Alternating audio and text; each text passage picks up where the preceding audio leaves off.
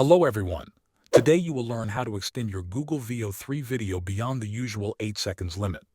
First, open Google Flow and create a new project and start by entering the prompt for your video.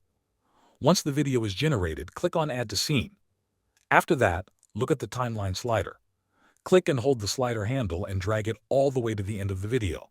Then take the bar at the end of the clip and make sure it is also positioned at the very end of the timeline. This ensures the full video frame is selected correctly. Next, click on the option that says Save Frame as Asset. This will save the final frame of your current video and use it as a reference point. Now you are ready to extend the video. Enter your next prompt and clearly describe what you want to generate next in the same scene. Make sure to keep the characters, environment, lighting, and camera style consistent with the first clip.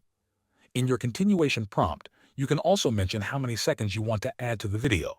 When you generate the next clip, the system will use the saved final frame from your previous video as the starting point. This allows the new video to continue smoothly from where the last one ended. By repeating this process, you can create videos that are longer than 8 seconds while keeping everything visually consistent. Thanks for watching.